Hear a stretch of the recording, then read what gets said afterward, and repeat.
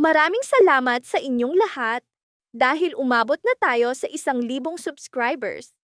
Para sa mga nais mapanood ang buong paliwanag ng aming palabas na House of Lies, huwag kalimutang mag-subscribe at manatiling kasama namin. Gabi ang nagsimula sa isang pagbati, ngunit mabilis itong naging pagbubunyag ng matagal ng lihim. Isang katotohanang handa ng sumabog, wala nang balikan. Nagsimula ang lahat sa entablado, mga ilaw na nakakasilaw, hangin na mainit, at sa likod nito, isang desisyong kailangang gawin agad. Magpapatuloy ang palabas kahit nawawala si Jenny. Isang pangalang mabigat, puno ng misteryo at panganib. Habang naghahanda ang ibang kalahok, unti-unting umangat ang isang tinig. May lihim ang aking ina. Sa sandaling iyon, dumaloy ang kilabot sa buong silid. Isang lihim, isang ina, isang anak. Hindi pa handang harapin ang buong katotohanan. Ngunit hindi pa iyon ang wakas. Sa gitna ng tensyon, nagsimula ang isang awit. Mahina sa simula, halos bulong, ngunit malalim ang dating. Naging malinaw na hindi lamang ito paligsahan. Narito ang mga sugat ng nakaraan, hindi pa naghilom na sakit, at mga taong desperadong pigilan ang pagbabalik ng kirot. Hindi pa sila maaaring kumanta, wala pa ang aking anak. Matatag, mariin ang tinig ng ina. Ngunit ang tugon ay mas matalim. Ano ang gagawin ng anak mo rito? Katahimikan. Sa pagsabog, ang anak ko ay nasa huling pagtatanghal. At nagbago ang lahat. Isang revelasyon, isang hindi inaasahang koneksyon. Si Jenny ay anak ni Ming-Chi. Biglang lumiit ang mundo. Sapagkat ang industriyang ito ay hindi lamang tungkol sa talento, kundi kapangyarihan, reputasyon, at mga lihim na matagal nang nakabaon. Habang ang iba ay nagkukunwaring kalmado, nagsimula ang mga labanan sa likod ng kurtina. Alisin si Jenny. Direkta. Walang paligoy. Sapagkat kung siya'y papasok, magiging bangungot ito. Bangungot dahil ang kanyang pangalan ay nakatali sa isang nakaraan na paulit-ulit na itinago. Rosabellas. Dito, nagsimula ang tunay na labanan.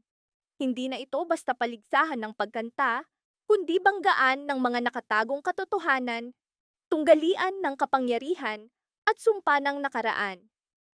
Habang lumalalim ang gabi, lalong lumalalim ang sugat ng bawat karakter. Isang koponan ang gumuho, isang pagkakaibigan ang nawasak, at muling bumalik ang mga multo ng nakaraan. Gagawin mo ba sa anak ko ang ginawa mo sa akin? Ang tanong na iyon ang nagpatunay. Hindi na ito tungkol sa paligsahan ng mga bata. Ito'y digmaan ng mga ina, mga pilat ng nakaraan, mga kasalanang hindi na kailanman mapapatawad. Tumindi ang tensyon, at may isang desperadong lumaban para kay Jenny. Hindi para sa pagmamataas, hindi para sa nakaraan, kundi para sa mga pangarap. Hindi ito tungkol sa iyo, ito'y para sa ating mga anak. At iyon ang pinakamahirap, ang pigilan, ang galit upang ipaglaban ang kinabukasan ng isang bata. Samantala, isa pang ina ang nanahimik, ngunit mas mapanganib ang kanyang iniisip. Kung narito ang anak ni Ming-Chi, hindi na pantay ang laban. At mula sa nakaraan, natutunan niya. Ang sakit ay namamana. Dito nagsimula ang takot. Takot na muling mangyari ang parehong trahedya. Takot na masaktan ang kanyang anak. Ngunit huli na. Nagsimula na ang huling yugto. Isa-isa silang lumabas sa entablado. Palakpakan, sigawan, mga ilaw. At dumating si Jenny. Mahina sa simula, hinahanap ang sarili. Ngunit unti-unti, lumakas ang kanyang tinig, lumalim, at bawat nota ay may dalang kwento, hindi perpekto, hindi makintab, ngunit totoo. At ang katotohanan ang pinaka-nakakatakot sapagkat walang makakatalo rito. Ngunit sa kalagitnaan ng awit, nagsimulang lumitaw ang isang lihim. Kanina pa siya nadulas. Baby oil sa sahig. Aksidente ba o plano? Lahat ng mata ay tumingin kay Megan. Isang ngiti, isang sulyap, isang tanong. Ikaw ba ang may gawa nito? At sumabog ang kaguluhan? Sigawan, akusasyon, takot. Ngunit perpekto ang tiempo. Ang huling yugto, ang desisyon, wala nang balikan. Tinawag ang mga pangalan, nabuo ang mga koponan. Tila tapos na. Ngunit hindi. Dito nagsimula ang tunay na digmaan. Maaari mong tuklasin pa ang papel ni Jenny, ang ugnayan ni Mingchi, o ang lihim ng Rosabelas. Isang leader, hindi lamang pagkakakilanlan ng talento, kundi ng impluensya, kontrol, at kapangyarihan. Megan laban kay Jenny. Dalawang mundo, dalawang kwento, isang desisyon. At sa huli, si Megan ang napili. Ngunit hindi lahat ay nasiyahan. Bakit siya? At saka lumitaw ang katotohanang ayaw marinig ng lahat. Ang pop ay hindi lamang sayaw, hindi lamang anyo, hindi lamang tunog. Ito ay damdamin. At nang kumanta si Jenny, natahimik ang lahat sapagkat naramdaman nila ito. At iyon ay hindi kailanman maaaring pekein. Bagaman nawala sa kanya ang posisyon bilang leader, may isang bagay na hindi kailanman maaalis. Ang kanyang tinig na umabot sa mga puso. Ang kanyang kaluluwa na tumama sa mga tao. Ngunit sa likod nito, hindi pa tapos ang digmaan. Hindi pa tapos ang galit. Hindi pa tapos ang mga lihim. Sapagkat may mga taong hindi kailanman tatanggapin ang kanyang pag-angat at may mga handang gawin ang lahat upang siya'y pabagsakin. Maaari mong tuklasin pa ang kwento ni Jenny, ang papel ni Megan, o ang ugnayan ni Mingchi at lihim ng Rosabelas. Ngayon, sumibol ang tanong, kung ikaw si Jenny, lalaban ka ba para sa iyong pangarap? Alam mong marami ang gustong sirain ka? Ang aksidente ba ay tunay na aksidente o bahagi ng mas malalim na plano? At kung muling bumalik ang nakaraan, haharapin mo ba ito o tatakasan? Sapagkat kapag iniisip ng lahat na tapos na ang laban, doon nagsisimula ang tunay na tunggalian. Tahimik ang backstage. Ngunit hindi ito katahimikan ng kapayapaan. Ito'y katahimikan na anumang oras ay maaaring sumabog. Nakatayo si Jenny sa harap ng salamin. Pawis na pawis, pagod, tinatago ang sakit.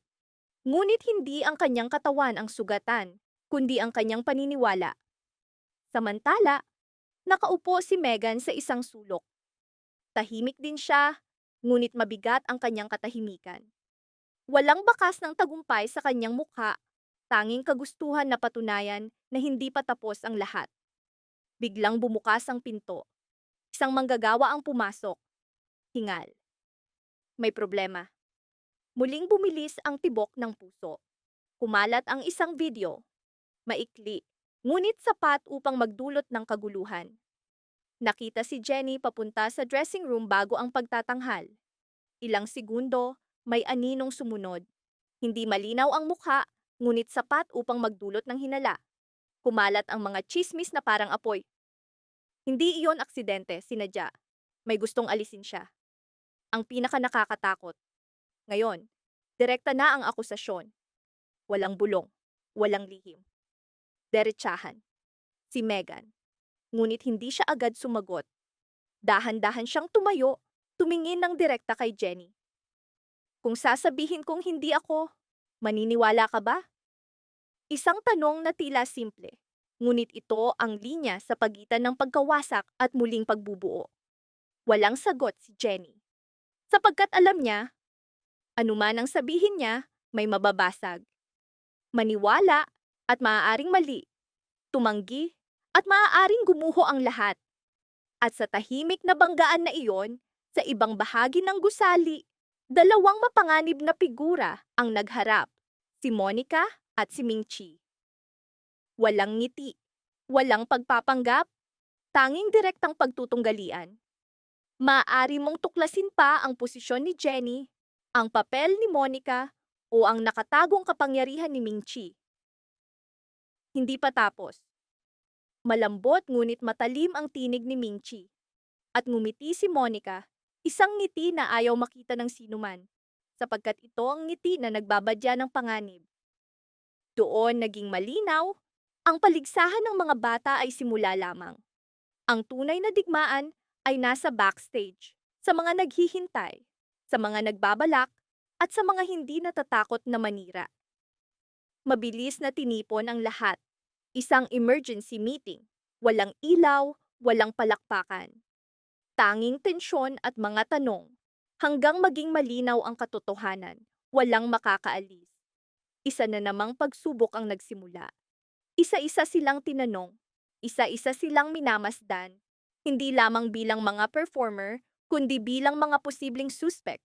At habang lalong komplikado ang sitwasyon, isang maliit na detalye ang hindi napansin.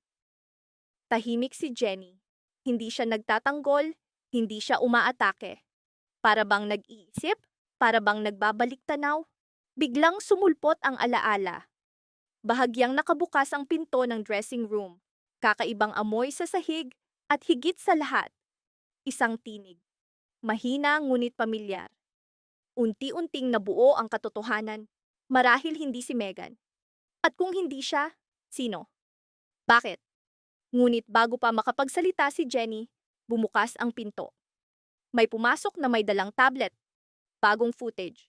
Mas malinaw, mas mapanganib. At ngayon wala nang pagtatago. Nakita na ang mukha. At sa isang iglap, nagbago ang lahat. Hindi si Megan, hindi si Jenny, kundi isang taong hindi nila kailanman inakala. Isang taong tahimik mula pa sa simula. Isang taong nasa loob mismo ng kanilang grupo. At gumuho ang tiwala. Sapagkat kung ang kaaway ay nasa tabi mo, saan ka tatayo? Kanino ka magtitiwala? Sa gitna ng kaguluhan, nanatiling nakabiti ng tanong. Ito ba'y simpleng selos o bahagi ng mas malaking plano? Sapagkat sa mundong ito, walang nangyayari ng walang dahilan. At walang lihim na mananatiling nakabaon magpakailanman. Maraming salamat sa panonood ng buong video. Para mapanood ang susunod na episode explanation, huwag kalimutang mag-subscribe sa Series Explained PH channel.